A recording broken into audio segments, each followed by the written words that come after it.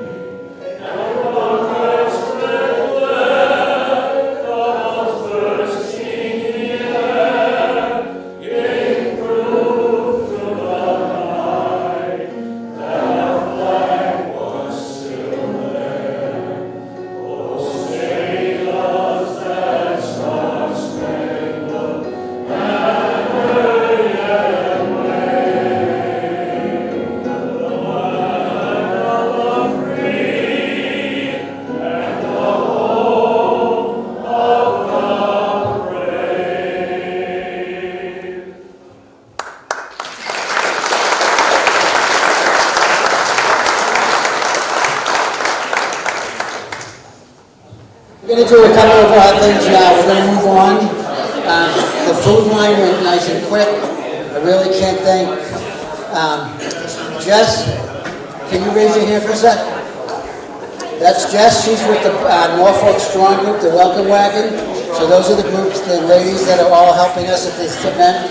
Incredible group in Norfolk that's helped out with so many things. What we're going to do next. Thank you, Jess.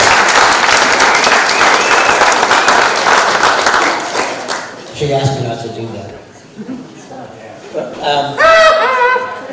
That's exactly why you do it. Exactly why I did it. So, Yes, I did. if everyone noticed up here, we have the American flag, the POW flag, and the table set up. Just so you know, that's the Fallen Conrad table. The Fallen Conrad table is a solemn tribute that honors our brothers and sisters who have made the ultimate sacrifice in service to our nation.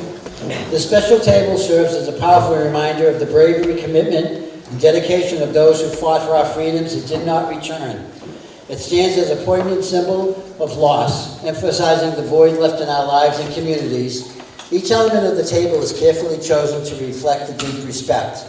It's kind of a really meaningful thing because there's so many vets in here right now that have lost so many friends and family, especially when we have our guest speaker, 97-year-old Bud from Millis, who is going to be one of our speakers tonight. His story is amazing, and to think of the things that he's lived through. So I just want everyone to take a moment and look at that display, and I know that with a lot of our vets it has a lot of meaning to it, and I'm so glad that we're able to put this up here for you guys to observe. What we're going to do is, I'm going to pass the mic over to Bud. I'm not going to have him stand up here, even though he would want to. I'm going to have him give a little bit of a background of himself. He grew up in Millis, and he's got some great stories, and for some of the things that he's seen and worked and what, has spent doing during his life, especially in World War II, it's stuff that we read about, and this is stuff that he actually did. So, Bud.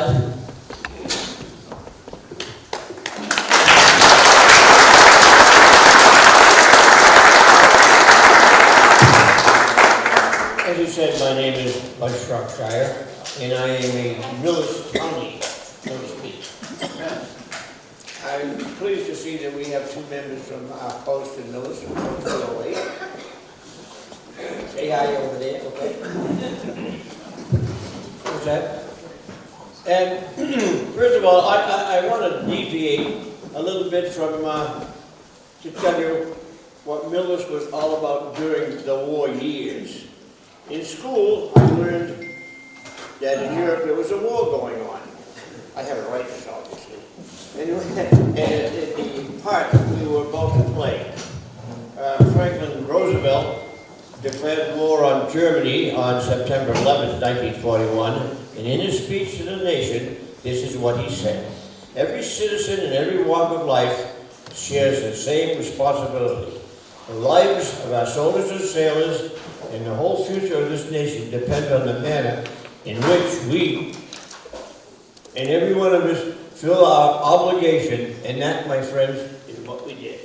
As a Boy Scout, about 90 years ago, we would be picked up at the Millis Legion, and we would be taken door to door and asked for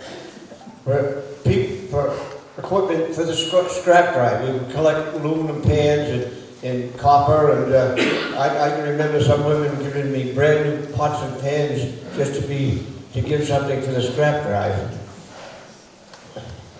In Millis, in those days, there were two towers for airplane identification. On the top of the roof of the high school was one, and the other one was on the Herder property, which is one of the higher places in Millis. And in those, us kids would report to center with each plane that came over in the direction it traveled, and so on and so forth. At that time, the age limit for factory workers was reduced to 14 years of age, and many of us would go to school at 7 o'clock in the morning, get out at noontime, and go and work in the mills. I worked at Ruberite. Herman Schultz Klinko Club Corporation operated 24/7. There were two divisions of Ruberite. The shingle division manufactured shingles for the Camp Edwards and Camp Devens. Large rolls of paper were laminated with asphalt to make them waterproof, and from there it goes to the guillotine to cut to the proper size to fit material containers for overseas shipment. This material was folded to the proper size by many women who worked there. I chose Rubroid and worked after school from 12 o'clock till midnight, or after. I even got $1 an hour. Gasoline was never a problem for my 32 Chevy because the tank trucks that delivered asphalt from the Providence port let me siphon gas from their trucks. The government EPA issued ration stamps in booklet form. I'll take a picture. Everything had to be rationed. I mean everything. Most all foods, red stamps for meat, butter, and everything else. And for your car, you were issued a sticker to put on your windshield. That would be an A to F sticker. Non-essential driving were allowed 3 gallons per week for your A book. Incidentally, gasoline was 8 gallons for $1. Oil was 15 cents for the cheap stuff and 25 cents for the expensive oil. And most people who were involved in the war were allowed a stamp, which would allow you to go have 3 gallons per week, and they expected you not to exceed 16 miles in that week. Tires were almost impossible, but some tires were available. If the pressure got too low, the caps would fall off and you'd end up on the side of the road, and we used to call them alligator stairs. Partway through my senior year, 17, that was like 80 years ago, I couldn't wait any longer, and 7 of us joined something. Well, we joined something. What did we join? Oh yeah, 7 of us joined the United States Coast Guard. After joining, we were transported to the Coast Guard base in Manhattan Beach, Long Island. After 4 weeks of training in Manhattan Beach, I was transferred to the Naval War College in Newport, Rhode Island. After a month of intensive training, I was transferred to the AP-61 transport USS Monticello. My duty was in evaporation, in which fresh water was produced. My ship sailed to Italy, North Africa, France, Middle East, and we took the southern route. We'd come out of Pier 8 in New York and go south to Bermuda, up by the Azores and into the Mediterranean, and, or north up into northern France, Le Havre, Marseille, Naples, North Africa, and all those places. That's all I did. I wanted to be a hero, but it didn't work out that way. I was just at the bottom of that damn ship making fresh water. Let's see. Now let me tell you about the Monticello, my ship. It was 652 feet long. It had a beam of 78 feet, and the gross weight was 23,000 tons, and we had a cargo of people of 6,890 people. We decommissioned our ship on Staten Island in 1946 and returned it back to Italy. And that was my experience, my friends, in World War II. Let me tell you now about the Coast Guard, because when I was in college down in Newport, the Navy men would call us muddy water boys, shallow water sailors, but they had no idea what the Coast Guard was or what they did. It began in 1790 when President George Washington signed a tariff that would authorize the construction of 10 vessels to enforce federal tariff and trade laws and to prevent smuggling, known through the 19th and early century as the revenue cutters. And then they put down and explain something. I don't know how I was going to explain. It expanded in size and responsibility. The nation grew. The Coast Guard fought in every major war since the beginning. We lost more men in World War I than any other branch of the service. We lost 10,000 men just in Europe in World War II. In World War II, we were involved in every battle. Incidentally, the flag donated by the crew of the Coast Guard, LSD, was hung up on Iwo Jima, at the Battle of Iwo Jima on Mount Suribachi. The flag that went up, and not the one you used to see in the paper, but the flag that went up was manned by, it came off of Coast Guard LSD, and 2 Coast Guardsmen and 2 Marines. And they were the fellows that put the flag up. And that, my friend, is about what we did. And in conclusion, I spoke to the kids at school a few years ago, and I said, can this insanity ever end? Over this microphone I see the youth of America, the Boy Scouts, the Girl Scouts, and all of you young people. You are better educated, smarter than my generation ever was. The future of this country belongs to you. You can, you must, and with God's help, bring this country and this world to everlasting peace and destruction.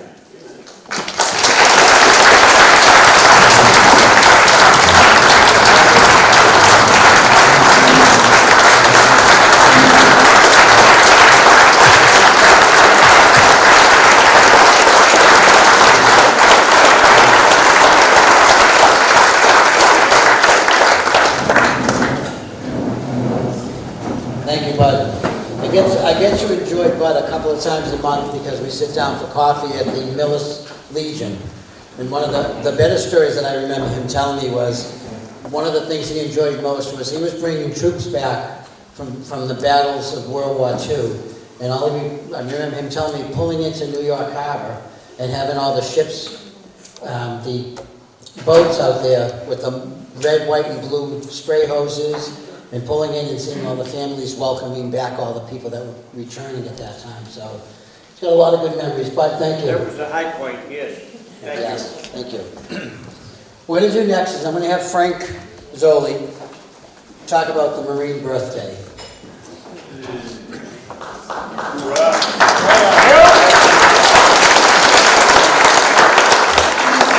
And I'm not going to even mention some of the jokes that we talk about with the Marines and the Army and the Coast Guard at our meetings.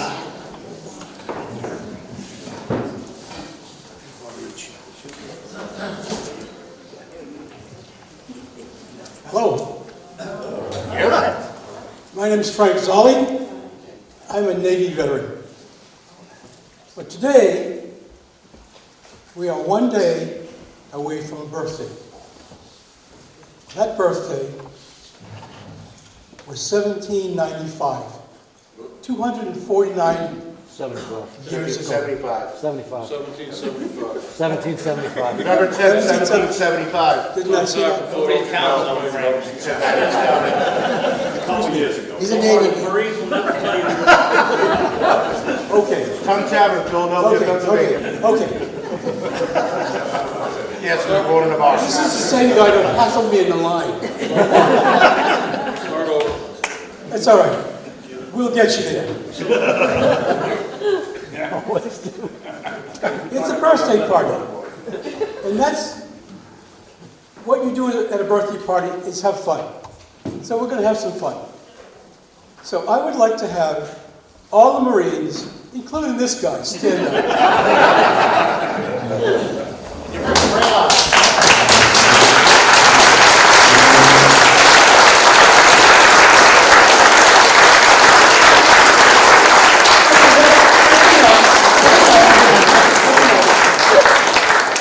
Don't sit down. There's a tradition in the Marine Corps that they get a cake, and the cake gets cut with a sword. Okay? There's another tradition, and I'm not going to go far into it, and that is that they eat crayons. Yes. That's an inside joke, and I can't get to it. I can't get to it. It was one time. I think my enormous clue. In any event, the other tradition is they give a prize. They give a prize to the oldest Marine. Who's the oldest Marine in the group? How old? How old is it? Do you have an ID? That was the Army talking. I have a prize for the oldest Marine. And that is the United States Marine Corps flag.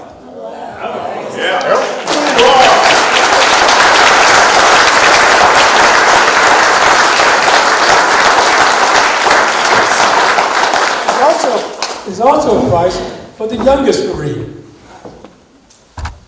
We already discussed it. Okay, How old is it? 42. you get a plaque.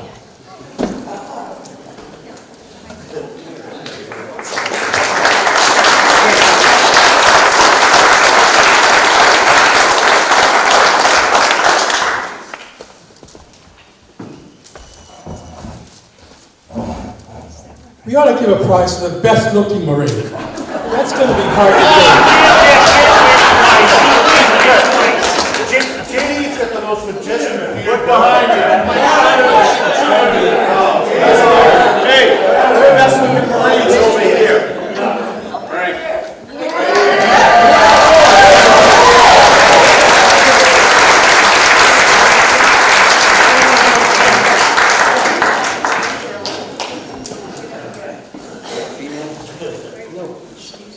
I have another flag.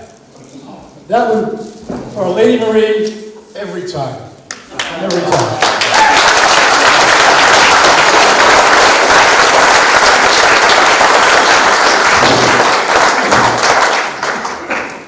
Now, I think we really do need to honor the bushiest Marine.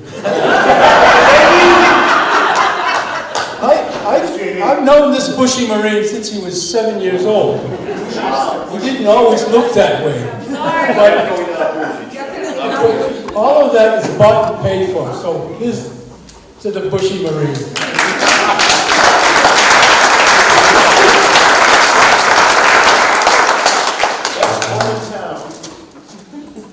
And just because you're still standing, you get one too. Did I miss anybody? I don't think so. Thank you. Yes, you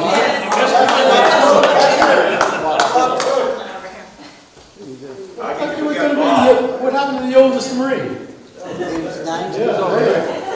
The second oldest Marine is my next door neighbor. If he doesn't know what I'm doing, it's my own name.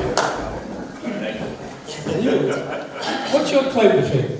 None. Nothing. None? Sounds just like a Marine. Congratulations. Happy birthday. Did you get anything? You didn't think I was going to leave you out, did you? I was hoping you had a box of crayons in there for me. Just the red ones, though. That's good. Yeah. They're the most flavorful. All right. Thank you very much, Marines. We have another special thing to do, and that is, don't sit down, we're going to sing the Marine Corps hymn, led by Phil Sullivan. Are you ready? I sing like the sailor marches, which is not very good, but you've got to carry it yourself, because you're Marines. All righty? Take it for me. Sing it a cappella. You Marines really need the music.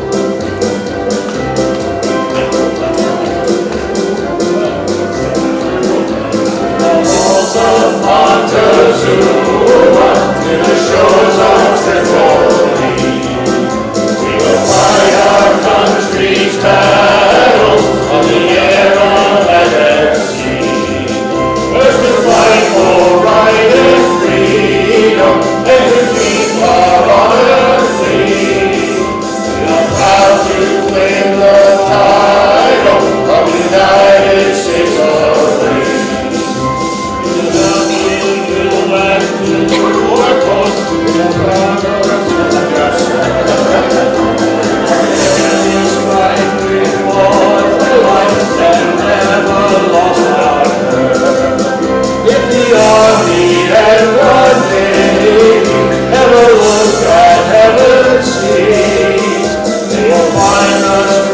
are guarded by the United States of America.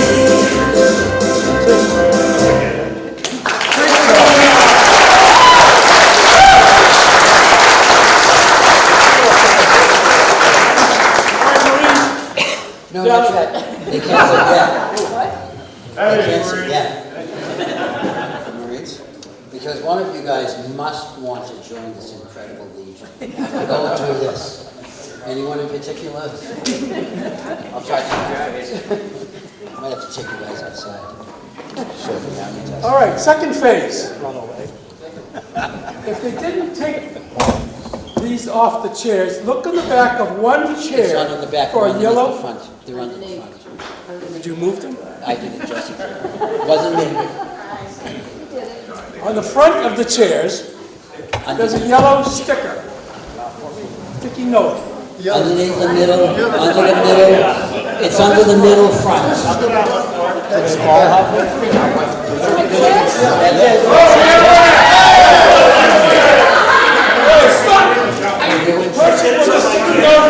Stand up. Lucky Flea, stand up. One sticky note Should be one at every table. at every table.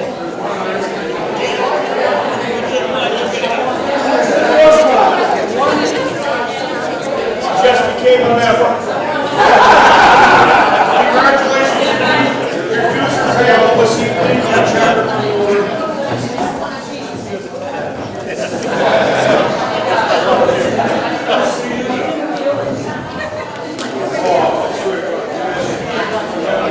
All right, do we have everybody? All right,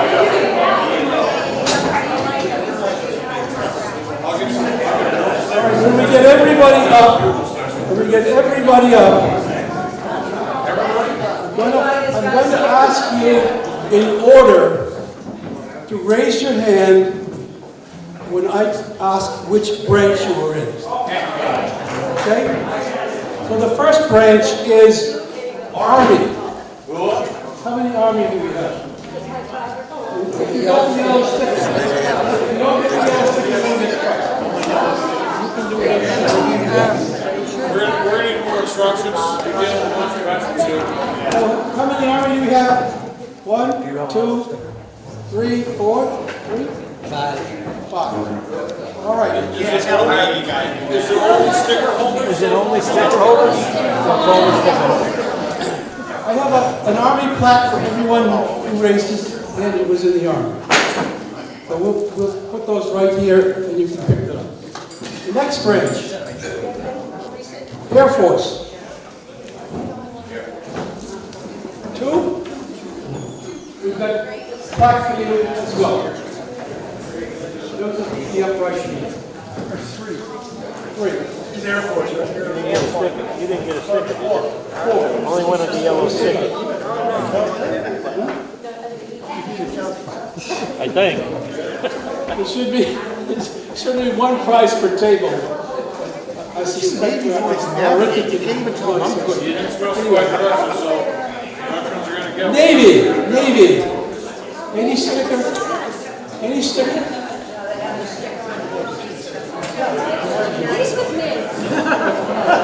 How many Navy?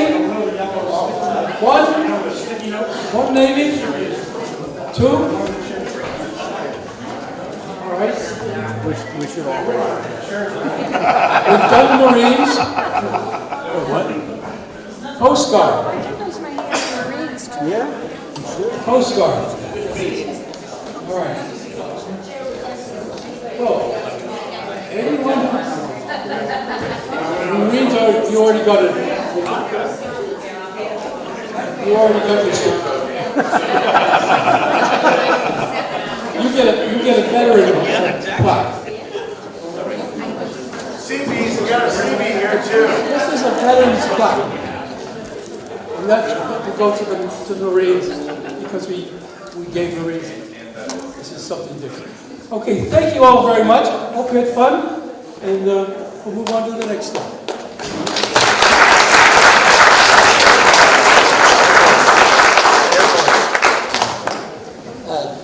Jim Schweitzer. Is Jim here tonight? Jim, Jim's going to talk to us about the American flag. On each of the tables, you'll see a stack of raffle tickets. It's a square thing, and everyone can make out one of those. After you fill it out, the Norfolk Strong team will come around and pick them all up, and then Jim's going to explain to you what that raffle is for. Three asked questions is Jose and Katie Salgado here. Why don't you stand up? Jose and Katie, what they did, their community did, they filled out the same form that you're filling out now, and they wanted American flag. And they live in Franklin. Okay, I don't do this stuff around. I just wanted to recognize you. And this time you're going to join, right? Yeah. Okay. Is that better? Okay. Well, Wendy was helping Bud out. What do I get for being first on? Nothing. Crayons. You get the first chance. The youngest Marine's gonna help cut your cake. Let them fill them up. So guys, fill them all out, and then the Norfolk Strong group is going to come around and collect them. And then whoever attaches a 20 to their ticket has a much better chance of winning. Good evening, everybody. Come on, guys. Cool. I did not know that. For those who don't know me, my name is Michael Raymond. I do work hand in hand with our town veterans agent, Bill Conklin. Jeff was off the wall. Stand up so we get to know who you 7 are. years old. This is our town veterans agent, Bill. Younger than me. This is terrific. I'm so delighted. Tell Alex. Guys, can everyone pay attention, please? No other conversation, just pay attention. Thank you.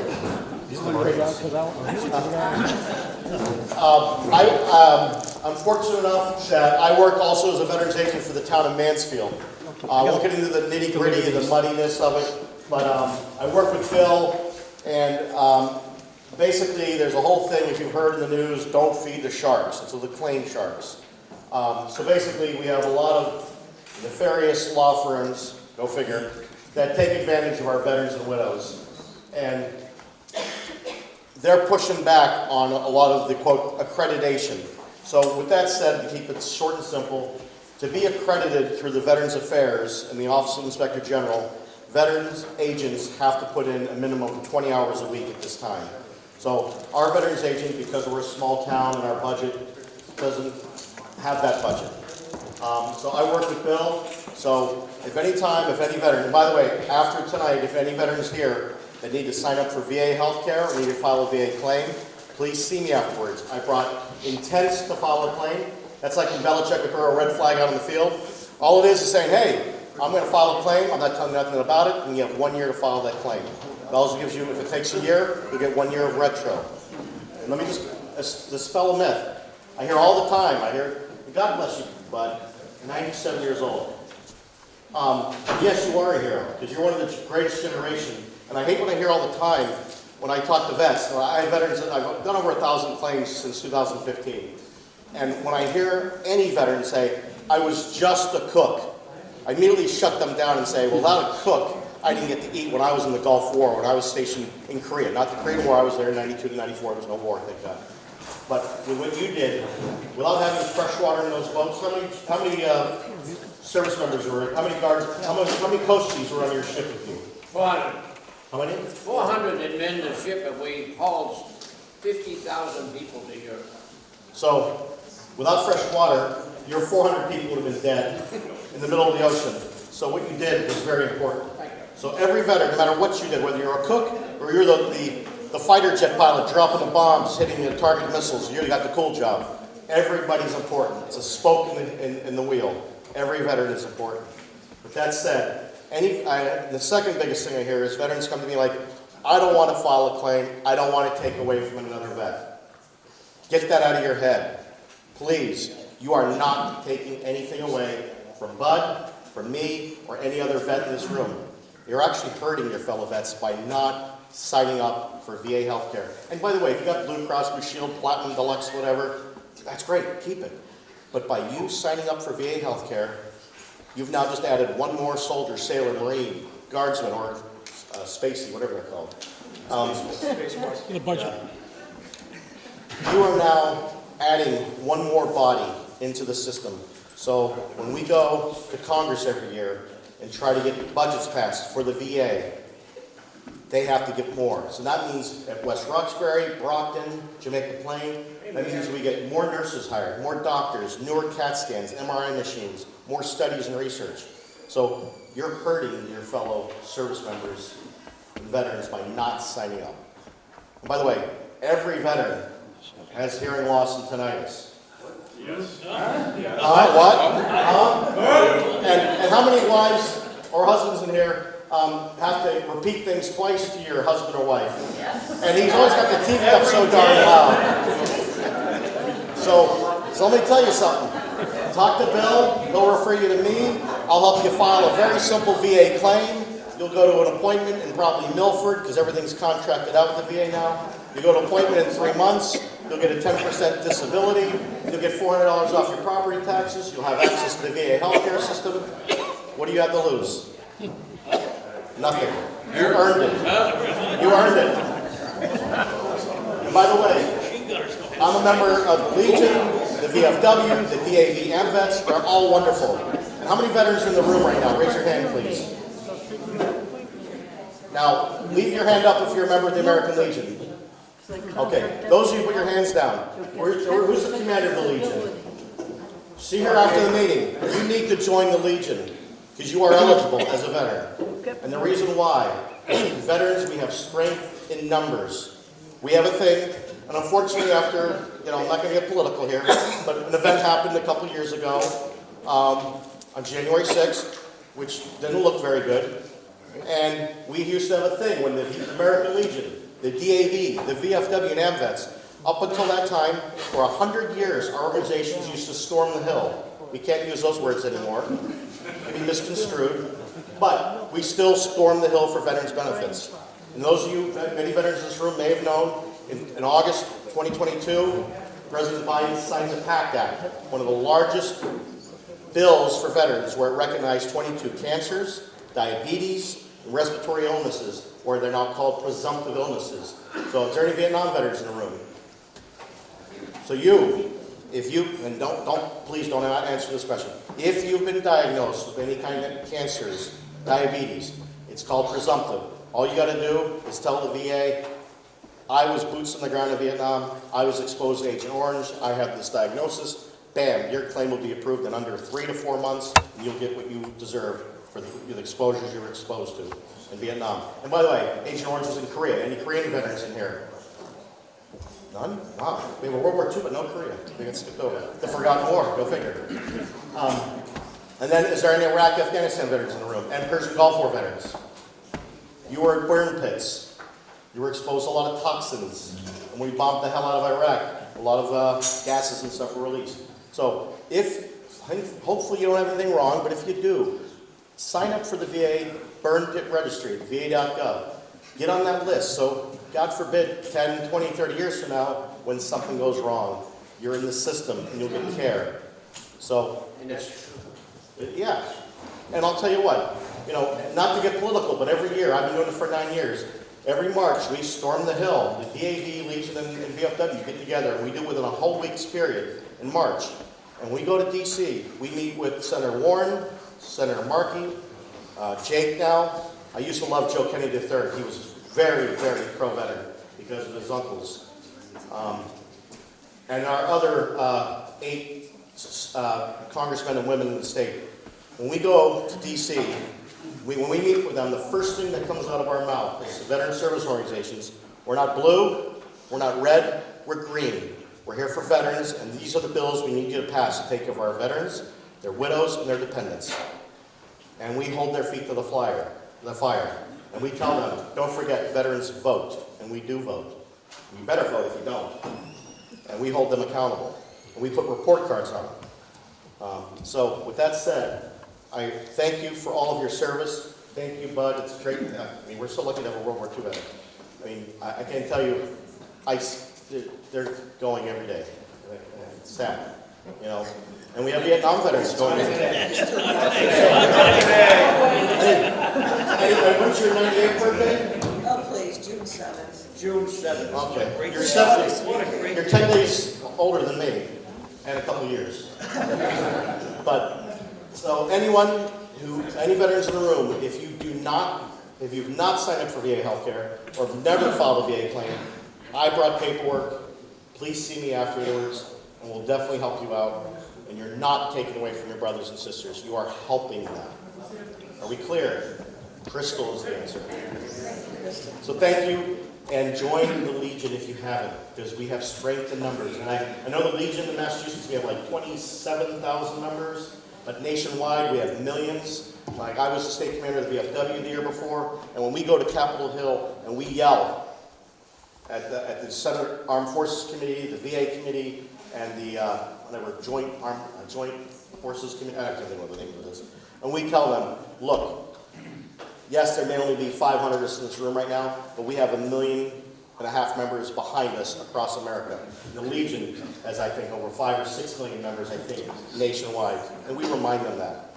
And then we walk around the halls of Congress for 2 and 3 days. And why are they so angry in Congress, by the way? If you haven't been in the U.S. Capitol, marble floors, and you're walking for miles, like, God, my back and knees are shot after a couple of days. So that's why they're so angry in D.C. They're walking on marble floors. They should put carpet down, the black cushion things. So thank you for your service. And by the way, we moved here, my husband and I moved from Hyde Park in September 2019. And this is a gem, the town of Norfolk. I grew up in Miami, Florida, so I'm a carpetbagger. And I moved here, and I'll tell you what, this town is a godsend. It is a blessing. This is Americana. I mean, the fact that, you know, there's even towns in this state, let alone in our nation, where flying an American flag is wrong or you're an angry person. No, it's okay to say God bless America. I love this town that we can say that. And to see this type of patriotism and support from our community. Thank you. This is great.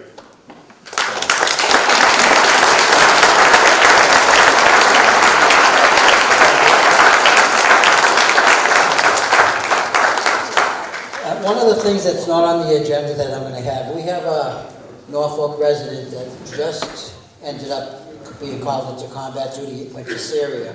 I'm going to let his dad talk for a moment. Good evening. My name is Ron Manning. I am a close to 30-year resident of Norfolk. I raised my family here. I am a veteran. I was a transportation officer in the Army from 87 to 93. And like Bud, my father was a Coast Guard World War II veteran. And he was very, very proud of his service and the service that he had in the South Pacific. So there's a legacy in my family of veteran service and commitment. And I'm here today to talk to you about my son.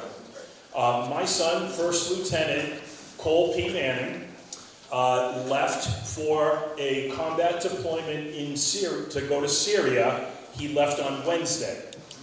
So it's a little bit of a somber time in the Manning family, but when I received the invitation from Jim to come to this event tonight, I thought about it and I was very excited to come, and Jim and I talked, and he gave me a really good pep talk about what the Norfolk American Legion 355 Post does. So I want to thank Jim for inviting me, I want to thank Al for welcoming me, and I want to thank Lori for sitting next to me as the post commander. So thank you all.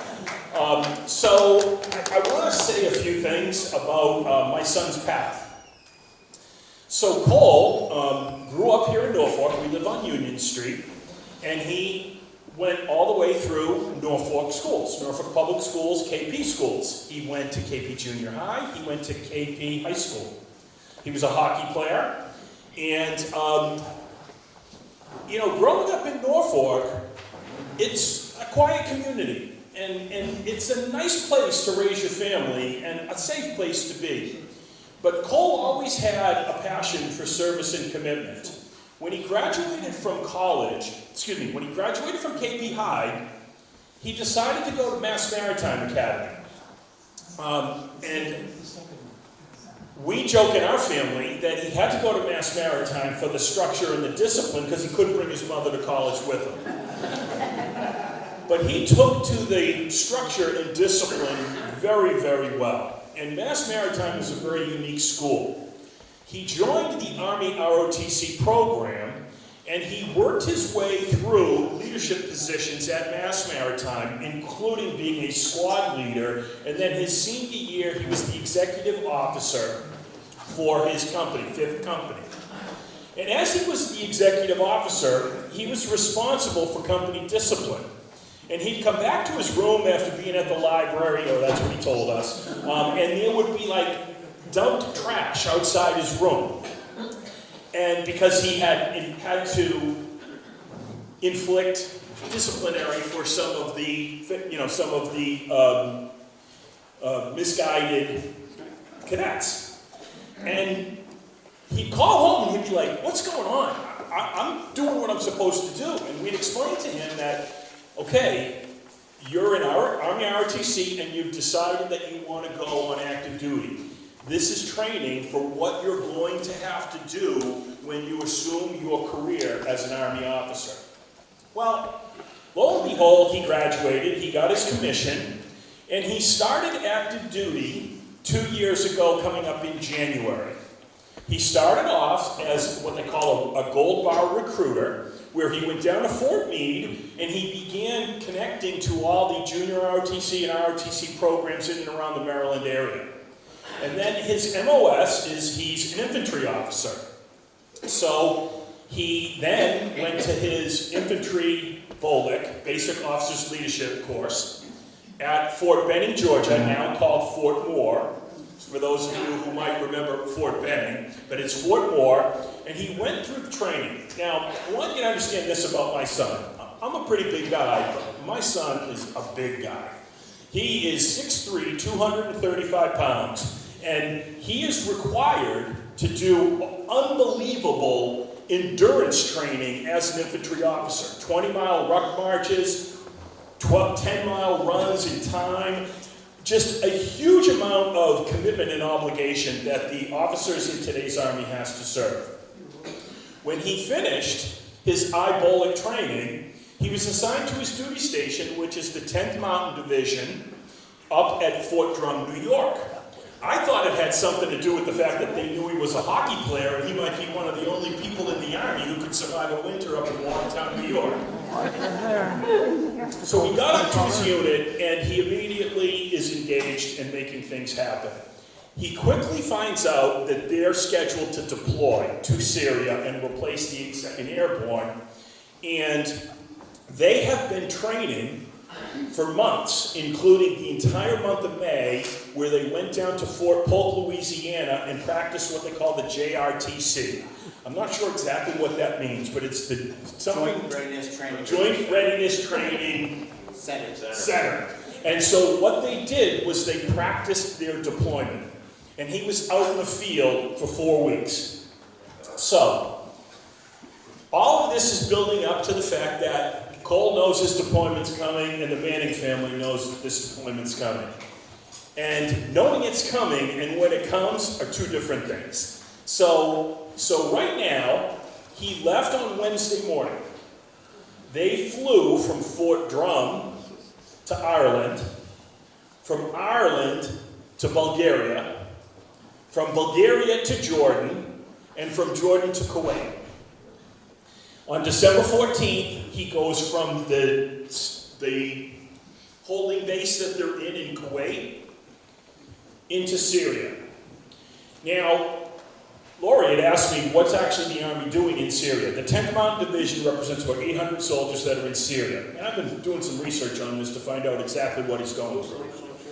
And it is, I think, I don't know this for certain, but I think it is the only combat deployment currently.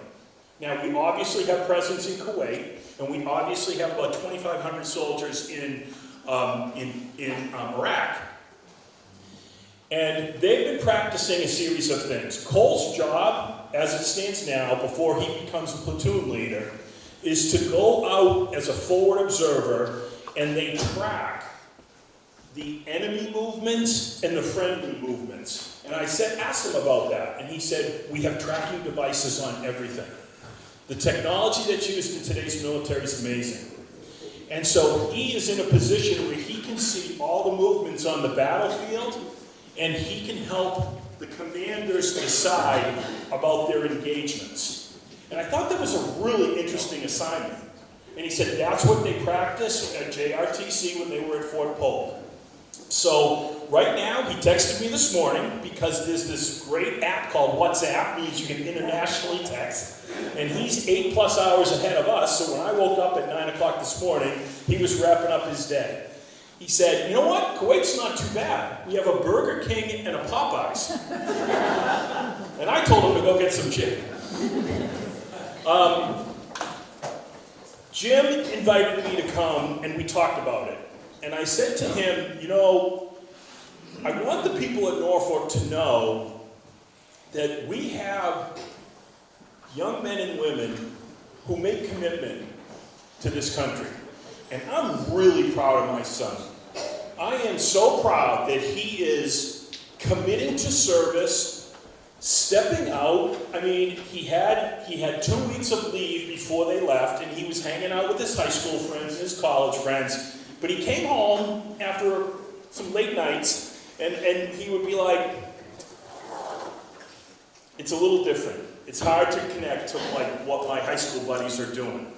And so I think that's kind of cool, the way he thinks about that. But, you know, today, with everything that's been going on, with everything that has happened over the past month, the fact that we know a young man from Norfolk is serving his country, the generational torch, buddy, is being passed.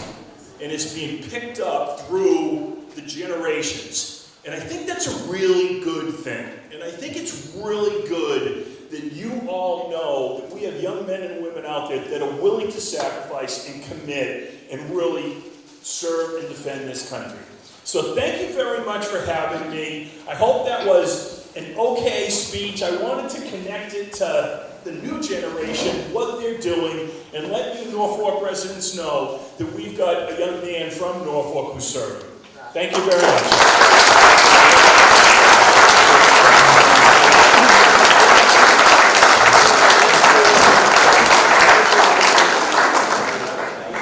Okay, Bud asked me for the microphone. He said he has something to say. I want everybody to realize, I'm a little surprised that nobody here mentioned the Merchant Marine. The Merchant Marine were the people that hauled every bit of fighting equipment from the United States to the West Coast and to the East Coast. Merchant Marine in World War II lost 80 ships.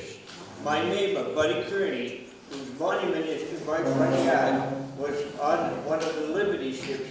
He lasted just 3 months before the ship was torpedoed off of Ireland. But the Merchant Marine, the Merchant,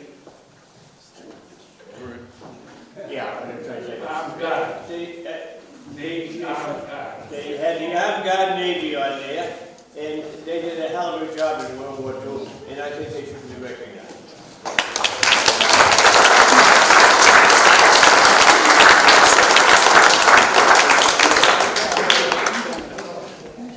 Okay, I think we're going to do the flag raffle. Jesse? Here we go.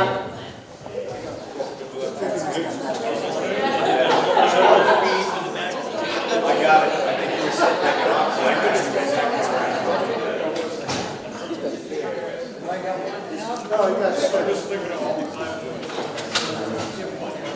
Okay. I've got one. Oh, that's a surprise. It's me. Bob Sinclair.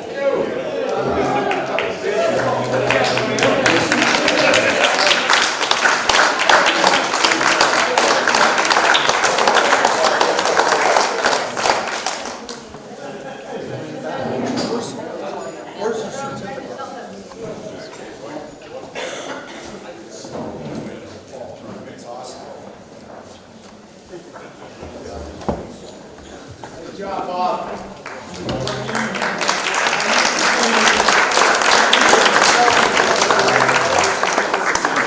I'm so glad we had such a turnout tonight. And in all seriousness, if there's anybody, just so you know, Ron Manning has joined the American Legion tonight. Is there anybody else? Please come and see one of the Legionnaires at your table. We'd love to have some of you guys join us. Going to turn this back over to Phil.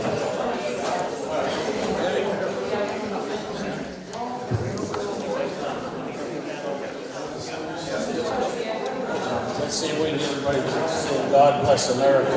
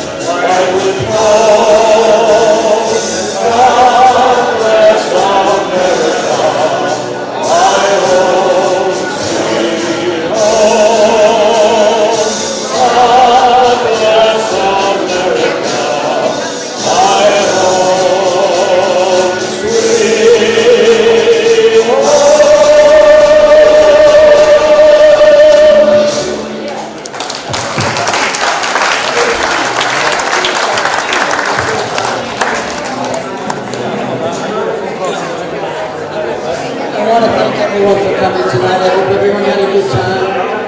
This is our first annual, and I look forward to doing number 2. Thank you very much, guys.